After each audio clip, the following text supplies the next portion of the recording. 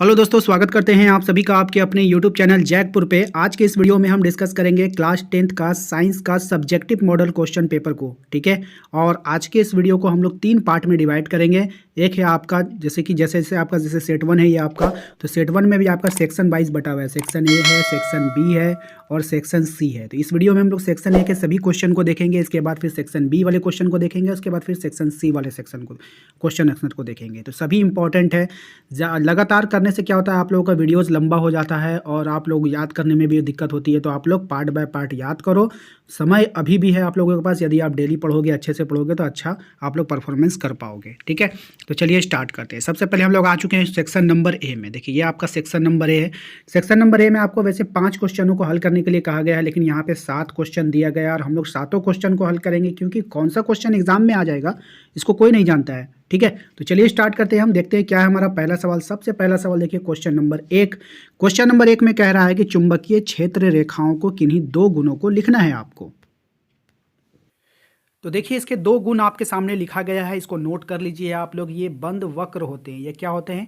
ये एक बंद वक्र होते हैं। ध्रुवों के समीप क्षेत्र रेखाएं घनी होती है। इनके क्या होती है? ध्रुवों के समीप जो क्षेत्र रेखाएं होती है वो बिल्कुल घनी होती है। ये इसके 2 गुण हैं, इसको आप लोग लिख लीजिए। ठीक है, इंपॉर्टेंट है। चलिए दूसरा क्वेश्चन देखिए क्या है। दूसरा क्वेश्चन में आपसे कह रहा है ना कि अवतल दर्पण में बनते हुए प्रतिबिंब का एक स्वच्छ किरण आरेख खींचिए जब वस्तु को वक्रता केंद्र पर रखा जाता है। जब वस्तु को वक्रता केंद्र पर रखा जाता है तो उसका आरेख आपको खींचना है, उसका डिजाइन बनाना है, मतलब उसका चित्र बनाना है। ठीक है, चलिए इसके आंसर को देख लेते हैं। तो इसमें ना आपको 2 चित्र बनाना होगा। पहला आपको ये चित्र बना लो। ठीक है, पहला वाला ये चित्र बना लेना, इसका स्क्रीनशॉट ले लो आप या वीडियोज रोक कर इसको बना लो। उसी के नीचे आपको फिर ये वाला भी चित्र आपको बना देना है। ठीक है, दोनों चित्र उसी क्वेश्चन से रिलेटेड है, दोनों को आप लोग बना लो। क्वेश्चन नंबर 3 में कह रहा है कि उभयधर्मी ऑक्साइड किसे कहते हैं, उदाहरण देना है आपको। ठीक है, उभयधर्मी ऑक्साइड किसे कहते हैं, इसका उदाहरण आपको देना है। चलिए इसके आंसर को देख लेते हैं। देखिए इसके आंसर में आपको लिखना है कि ऐसे धात्विक ऑक्साइड जिनकी प्रकृति अम्लीय तथा क्षारकीय दोनों प्रकार की होती है उन्हें उभयधर्मी ऑक्साइड कहते हैं, जैसे Al2O3 और ZnO। इसको आप नोट कर लो, ये काफ़ी इंपॉर्टेंट है आपके एग्जाम के लिए ये क्वेश्चन। ठीक है, अच्छे से इसको उतार लेना। चलते हैं अगले सवाल पे। अगला सवाल है हमारा, आधुनिक आवर्त का नियम क्या है। आधुनिक आवर्त का नियम आपको बताना है कि वो नियम है क्या। इसके आंसर में आप लोग लिख देना है कि मोसले के अनुसार तत्वों के भौतिक एवं रासायनिक गुण उनके परमाणु क्रमांक के आवर्त फलन होते हैं। इसे ही आधुनिक आवर्त का नियम कहा जाता है। ठीक है, इसको आप नोट कर लो, ये आपके सामने है आंसर। ठीक है भाई, चलो इसको जल्दी से नोट कर लेना।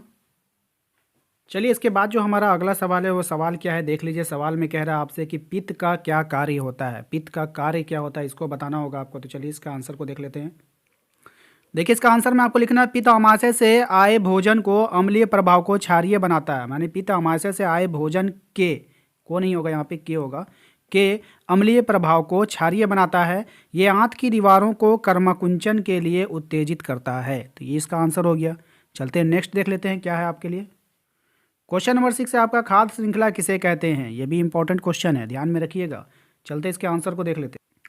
देखिए इसमें आपको लिखना है कि किसी भी पारिस्थितिक तंत्र में कोई भी जीव भोजन के लिए सदैव किसी दूसरे जीव पर निर्भर होता है। इसे ही खाद्य श्रृंखला कहते हैं।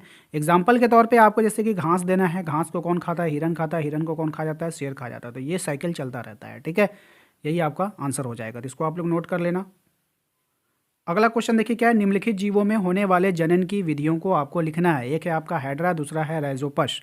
ठीक है, तो दोनों का हम लोग देखते हैं क्या होगा इसका आंसर। देखिए इसका आंसर में आपको लिखना है, हाइड्रा जो होता है उसमें मुकुलन होता है जो अलैंगिक जनन होता है, और राइजोपस में जो बीजाणु गठन होता है जो अलैंगिक जनन होता है। ठीक है, दोनों आपके सामने है, दोनों का आंसर आप लोग नोट कर लो। तो उम्मीद करते हैं कि आपको ये वीडियो पसंद आएगा। आज के इस वीडियो में हम लोगों ने सेक्शन ए कंप्लीट कर लिया था। सेक्शन ए को आप लोग अच्छी तरीके से याद कर लो। नेक्स्ट वीडियो में हम लोग सेक्शन बी और सेक्शन सी को डिस्कस करेंगे। मिलते हैं अगले वीडियो में। चैनल पर यदि पहली बार आए हो तो प्लीज़ सब्सक्राइब कर लेना, घंटी के बेल आइकन को प्रेस कर लेना। और साइंस का ऑब्जेक्टिव हमने अपलोड कर दिया है सेट 1 का, अगर आप लोगों ने नहीं देखा है तो डिस्क्रिप्शन में लिंक डाल दूंगा, जाकर उसे जरूर देख लीजिएगा। मिलते हैं अगले वीडियो में। Thank you.